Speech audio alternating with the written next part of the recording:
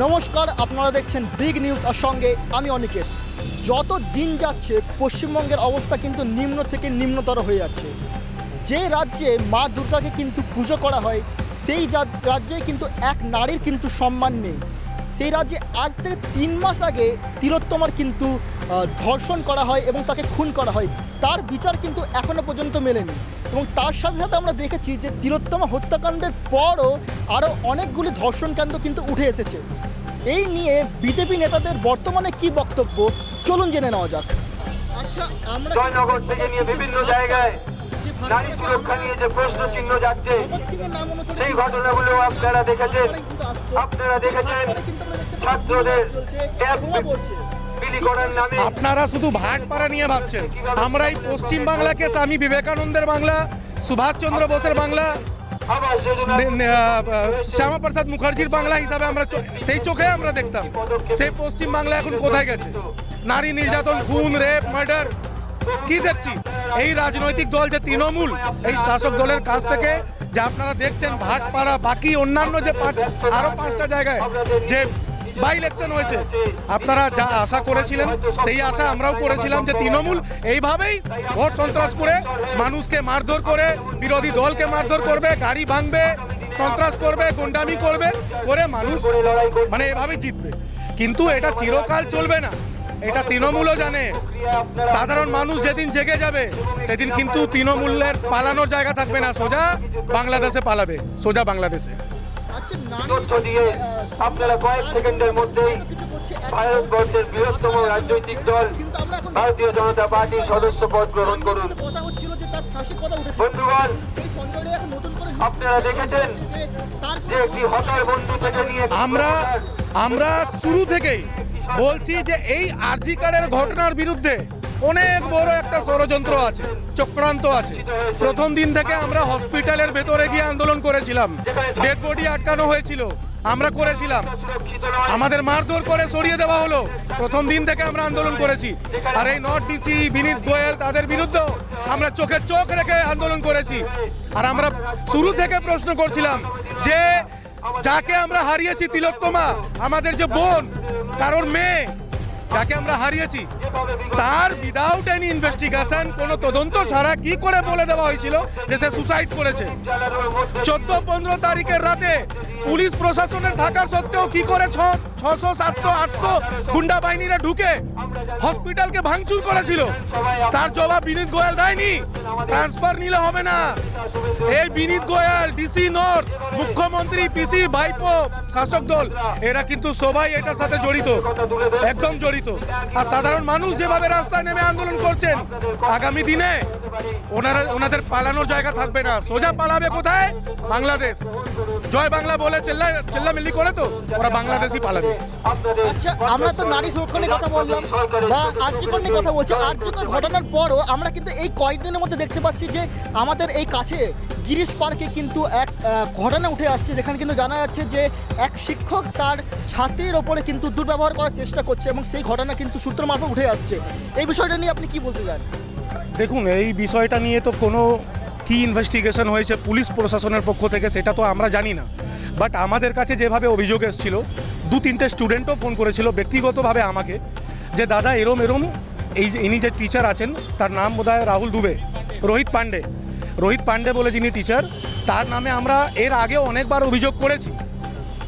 তো এই ধরনের যে ঘটনাগুলো ছোট ছোট হচ্ছে, হাঁসখালি, জয়নগর বা আরজিকর, এগুলো কন্টিনিউয়াসলি পশ্চিমবাংলায় হচ্ছে। কেন হচ্ছে? কারণ যারা রেপিস্ট, তারা রেপ করার পরেও ঘুরে বেরোচ্ছে। তাদেরকে খুব বেশি হলে কলকাতা পুলিশ ধরে নিয়ে যাচ্ছে, যে দোষী আছে তাকে হয়তো ধরে নিয়ে যাচ্ছে না, যে দোষী নেই তাদেরকে ধরে নিয়ে যাচ্ছে। তো একবার যেভাবে উত্তরপ্রদেশে কি হয়, রেপিস্টদের সোজা এনকাউন্টার, পশ্চিমবাংলায় তো সেটা নেই। রেপিস্টদের উল্টে বাঁচানো হয়। যারা কারাপশন করছে তারা এখনো ঘুরে বেরোচ্ছে। হসপিটালের দুর্নীতি যারা করছে ঘুরে বেরোচ্ছে। পুলিশে যারা আছে সিভিক ভলেন্টিয়ার, ভালো করে ইনভেস্টিগেশন করুক পুলিশ, যে তারা ভালো করে পরীক্ষায় পাস হয়েছে কিনা। গ্রাম এলাকায় থাকে, পয়সা দিয়ে তারা চাকরি পেয়েছে। আমরা কি জানি না? আপনারা কি জানেন না? পশ্চিমবাংলার প্রত্যেকটা জনগণ জানে। আর কিছু বলে লাভ নেই। পশ্চিমবাংলায় এইখানকার যে শাসক তৃণমূল, আগামী দিনে শেষ হয়ে যাবে। মানুষের কান্না, মায়েদের কান্না হাই বদুয়া নিয়ে যাবে তৃণমূল, দেখে নেবেন। আচ্ছা, আমরা কিছুদিন আগে দেখেছি যে যখন আমাদের স্বরাষ্ট্রমন্ত্রী অমিত শাহ আমাদের পশ্চিমবঙ্গ সফরে এসেছিলেন, তখন কিন্তু মিঠুন চক্রবর্তী তার সাথে একই যে মঞ্চে কিছু কথা বলেছিলেন, কিছু বক্তব্য রেখেছিলেন। সেই বক্তব্যের বিরুদ্ধে কিন্তু দেখেছি আমরা থানায় কিন্তু এফআইআর হয়েছে। হ্যাঁ, আপনাদের এই যে পার্টির একজন সুখ্যাত একজন ব্যক্তির বিরুদ্ধে এরকম এফআইআর হয়েছে, কি বলবেন আপনি? যারা এফআইআর করেছে তাদের আগে ক্যারেক্টারটা গিয়ে চেক করুক, যে তারা লোকাল এরিয়ায় কি করে, নাম নিচ্ছি না আমি, তারা লোকাল এরিয়ায় কি করে, কোন রাজনৈতিক দলের সাথে যুক্ত। কারণ মিডিয়ার মাধ্যমে আমরা শুনেছি যে সাধারণ মানুষ নাকি জোড়াসাঁকো থানায় গিয়ে কমপ্লেন করেছে। আরে ভাই, তারা তৃণমূল করে, তারা গিয়ে অভিযোগ করেছে। মিথুনদা কেন বলেছিল, কোন এক বিধায়ক বা তৃণমূলের নেতা, ভালো করে আমি নাম জানি না, সে বলেছিল যে হিন্দুদের কেটে কেটে নদীতে ফেলে দেবে, গঙ্গায় ফেলে দেবে, কোনো একটা নদীর নাম নিয়েছিল সেখানে ফেলে দেবে। আজ মিথুনদা উনি অ্যাক্টর হতে পারেন, অভিনেতা হতে পারেন, নেতা হতে পারেন, কিন্তু হিন্দু তো। আপনি যদি কোনো হিন্দুকে বলবেন আমি কেটে ফেলে দেবো, তিনি যদি বলে থাকেন ইনডোর একটা মিটিংয়ে, সেটা তো ওনাদের হজম হয়নি, গিয়ে থানায় গিয়ে কমপ্লেন করে দিয়েছেন। কতবার হিন্দুদের, মানে আমাদের যে, আমরা যে হিন্দু, আমাদের সনাতন ধর্মকে মমতা ব্যানার্জি কতবার অসম্মানিত করেছে। আমরা কতবার থানায় গেছি, রাম মন্দিরে গিয়ে ঢিল ছোড়া হয়, মা দুর্গার মূর্তি ভাঙচুর করা হয়, তখন মমতা ব্যানার্জির মুখ চুপ থাকে। আর এই যারা জোড়াসাঁকো থানায় গিয়ে কমপ্লেন করতে গেছিল, তারা তখন চুপ থাকে। এদের লজ্জা, মানে বেহায়া, নির্লজ্জ হয়ে গেছে। পলিটিক্যাল পার্টি আছে, সেই পলিটিক্যাল পার্টি কিন্তু সনাতনী হিন্দুদের চিন্তাধারাকে কিন্তু মেনে চলে। আর সনাতনী হিন্দুদের চিন্তাধারা অনুযায়ী আমাদের নারীকে কিন্তু মা রূপে দেখা হয়। হ্যাঁ, কিন্তু এখনো পর্যন্ত সেই নারী অর্থাৎ তিলোত্তমার কিন্তু বিচার হয়নি। আজ 3 মাস হয়ে যাওয়ার পর্যন্ত তিলোত্তমার বিচার হয়নি। কিন্তু তার উপর থেকে আমরা দেখতে পাচ্ছি যে দোষী হিসেবে যে সঞ্জয় রায়কে ধরা হয়েছিল, সে সঞ্জয় রায় মুখ খুলেছে এবং বলছে যে তাকে ফাঁসানো হয়েছে, তাকে উপর থেকে চাপ দেওয়া হচ্ছে যাতে সে অন্য কিছু না বলে ফেলে। এই বিষয়ে আপনার মন্তব্য কি? দেখুন, সঞ্জয় রায়কে ফাঁসানো হয়েছিল এটা আমাদেরও মনে হতো, কারণ একটি ব্যক্তির ক্ষেত্রে সেই ঘটনা করা সম্ভব নয়। আমাদের কেন, প্রত্যেকটি সাধারণ মানুষের মনে এই প্রশ্নটা যাচ্ছিল যে একটি ব্যক্তি সেই ঘটনা ঘটাতে পারে না। কিন্তু আমরা যেটা আশা করেছিলাম তারই ফলস্বরূপ যা বক্তব্য সঞ্জয় রায় দিচ্ছেন দেখতে পাচ্ছি যে ওরা ভেবেছিল হয়তো সঞ্জয় রায় যে কিছু সময় পর এই প্রশাসন আমাকে বাঁচিয়ে বার করে নেবে, কিন্তু যেভাবে সিবিআই ধীরে ধীরে নিজের খাতা গোটাচ্ছে, নিজের লাগাম গোটাচ্ছে, এখানে বুঝতে পারছে সঞ্জয় রায় হয়তো আর বাঁচার জায়গায় নেই। তাই সঞ্জয় রায় বুঝতে পারছে যে এটা ওকে যে ষড়যন্ত্র করে সেই সময় সরকার এবং প্রশাসন ওকেও মানে সামনের সারিতে রেখে পুরো বিষয়টাকেই বিভ্রান্তিকর জায়গায় নিয়ে যেতে চাইছিল, ও ফেঁসে গেছে। তাই ঠিক একইভাবে যে কুণাল ঘোষ নিজের মুখ খুলেছিলেন যে সারদা কাণ্ডে সবথেকে বড় বেনিফিশিয়ারির নাম মমতা ব্যানার্জি, সত্যি কথাটা বলে ফেলেছিলেন। এই সঞ্জয় রায়ের মুখে এই সত্যি কথাটা বেরিয়ে আসছে এবং আমার ভয় আছে যে যেভাবে উনি সত্যি কথাগুলো বলছেন সঞ্জয় রায়, এই প্রশাসন, এই সরকার তার প্রাণহানির কথা না ভাবে, আমাদের এই সন্দেহ আছে। আচ্ছা, আমরা সকলেই জানি যে এখনো পর্যন্ত আরজিকর ঘটনার পর কিন্তু আরো অনেকগুলি এরকম ঘটনা ঘটে গিয়েছে। কিন্তু এখন রিসেন্ট, মানে এখন গত কয়েকদিনের মধ্যে আমরা যেটা দেখতে পাচ্ছি যে কলকাতা গিরিশপাক অঞ্চলে আমরা একটা ঘটনার কথা উঠে এসেছে, যেখানে একটা শিক্ষক তার ছাত্রীর সাথে দুর্ব্যবহার করার চেষ্টা করেছে, তার সাথে অনেকটা খারাপ ব্যাপার করার চেষ্টা করেছে। তো একটা শিক্ষক কিন্তু ছাত্রীর সাথে অনেক ভালো ব্যবহার করার কথা, একজন পিতা এবং তার পুত্রীর মতন হওয়ার কথা তাদের সম্পর্ক, কিন্তু সেখানে তিনি এটা করলেনই না, উল্টে তিনি অন্য কাজ করলেন, দুর্ব্যবহার করলেন। কি বলবেন এই বিষয়ে আপনি?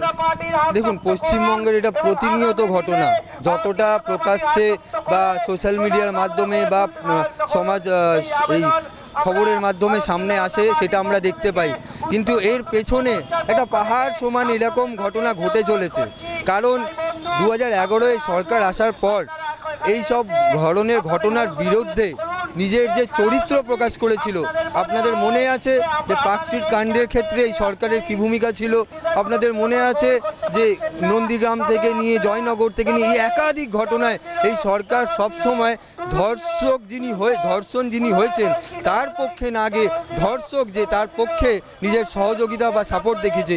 ঠিক এই যে এই কাজ কিন্তু এই ধরনের সমাজ বিরোধীদের প্রোৎসাহিত করে, এই ধরনের সমাজ বিরোধীদের সাহস দেয়। তাই আমরা দেখতে পাচ্ছি যে এত পূর্ণ সম্পর্ক একটা ছাত্র একটা শিক্ষকের মধ্যে যে গুরু সম্পর্ক হওয়া উচিত সেই জায়গাটাও আজকে এই পশ্চিমবঙ্গের সমাজে কুলসিত হয়ে গেছে, যেখানে একজন শিক্ষক একজন ছাত্রীকে তার শিক্ষা প্রদান না করে তাকে ভোগের বস্তু হিসেবে মানছেন। কারণ এই সরকার যদি উপযুক্ত পদক্ষেপ প্রত্যেকটি ঘটনায় নিত এবং দৃঢ়তার সাথে এই ধরনের ঘটনার বিরুদ্ধে পদক্ষেপ গ্রহণ করত, তাহলে যে কোনো ব্যক্তি তার মাথায় যদি একবারের জন্য এই ধরনের ঘটনার কোনো চিন্তাভাবনা আসতো, তার কিন্তু গা শিউরে উঠতো। কিন্তু দেখছে যে প্রশাসন চুপ, প্রশাসন নিষ্ক্রিয়, সরকার ধর্ষকদের পক্ষে, তাই এই ধরনের সমাজ বিরোধীরা আরও উৎসাহিত হচ্ছে, আরও বেশি এই ধরনের কাজ করতে পারছে। আমাদের এই ঘটনা যেখানে ঘটেছে, আমি অনুরোধ করব যে সরকার আবার চোখ খুলুন এবং আমাদের যে বোনেরা, আমাদের দিদিরা, তারা প্রত্যেকটি জায়গায় লাঞ্ছিত হচ্ছেন, লুণ্ঠিত হচ্ছেন, তাদের জন্য কিন্তু কড়া পদক্ষেপ নিন। নালে বাংলার মা বোনেরা যেভাবে রাত দখলের মধ্যে দিয়ে আপনাদেরকে দেখিয়েছে যে কিভাবে নারী শক্তি রাস্তায় নেমে প্রতিবাদ করতে পারে, আগামী দিনে হয়তো নারী শক্তি আরও বৃহৎ রূপ দেখাবে। বিগ নিউজ, সবার আগে সবার সাথে।